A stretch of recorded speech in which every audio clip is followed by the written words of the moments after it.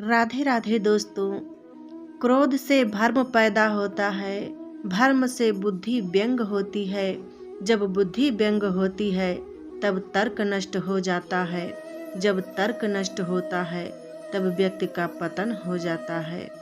आत्मा ना तो जन्म लेती है, ना कभी मरती है, और ना ही इसे कभी जलाया जा सकता है, ना ही पानी से गीला किया जा सकता है। आत्मा अमर और अविनाशी है।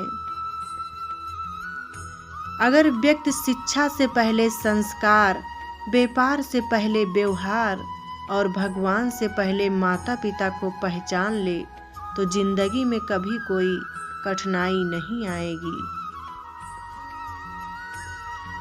विषयों का चिंतन करने से विषयों की आसक्ति होती है, आसक्ति से इच्छा उत्पन्न होती है और इच्छा से क्रोध होता है, क्रोध से सम्मोहन और अविवेक उत्पन्न होता है।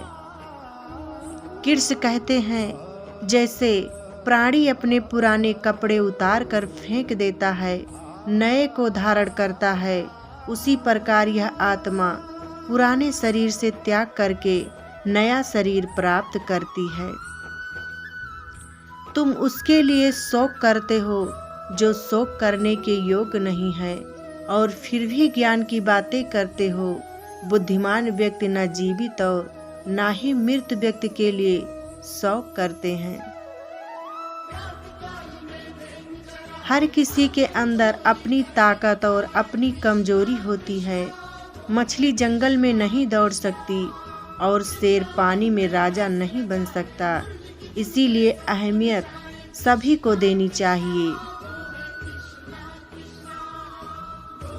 अगर कोई मनुष्य हमारे साथ बुरा कर रहा है तो उसे करने दो, ये उसका कर्म है और समय उसके कर्म का फल उसे जरूर देगा। लेकिन हमें कभी भी किसी के साथ बुरा नहीं करना चाहिए, क्योंकि यही हमारा धर्म है। जो मनुष्य जिस प्रकार से ईश्वर का स्मरण करता है उसी के अनुसार ईश्वर उसे फल देते हैं। कंस ने श्री कृष्ण को सदैव मृत्यु के लिए स्मरण किया तो श्री कृष्ण ने भी कंस को मृत्यु प्रदान की। अतः परमात्मा की उसी रूप में स्मरण करना चाहिए जिस रूप में मानव उन्हें पाना चाहता है।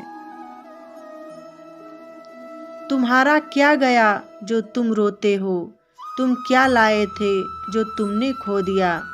तुमने क्या पैदा किया था जो नष्ट हो गया? तुमने जो लिया यहीं से लिया, जो दिया यहीं पर दिया। जो आज तुम्हारा है कल किसी और का होगा, क्योंकि परिवर्तन ही संसार का नियम है। मैं सभी प्राणियों को एक समान रूप से देखता हूँ। मेरे लिए ना कोई कम प्रिय है ना ही ज़्यादा, लेकिन जो मनुष्य मेरी प्रेम पूर्वक आराधना करते हैं वो मेरे भीतर रहते हैं और मैं उनके जीवन में आता हूँ। मनुष्य को अपने धर्म के अनुसार कर्म करना चाहिए, जैसे विद्यार्थी का विद्या प्राप्त करना, सैनिक का धर्म देश की रक्षा करना आदि। जिस मानव का जो कर्तव्य है उसे वह कर्तव्य पूर्ण करना चाहिए। मनुष्य का मन इंद्रियों के चक्रव्यूह के कारण भ्रमित रहता है, जो वासना, लालच, आलस जैसी बुरी आदतों से ग्रसित हो जाता है।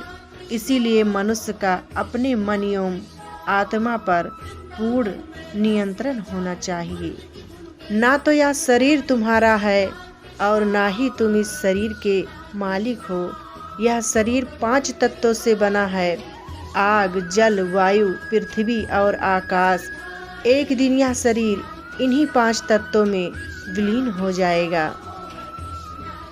जिसने मन को जीत लिया है उसने पहले ही परमात्मा को प्राप्त कर लिया है, क्योंकि उसने शांति प्राप्त कर ली है।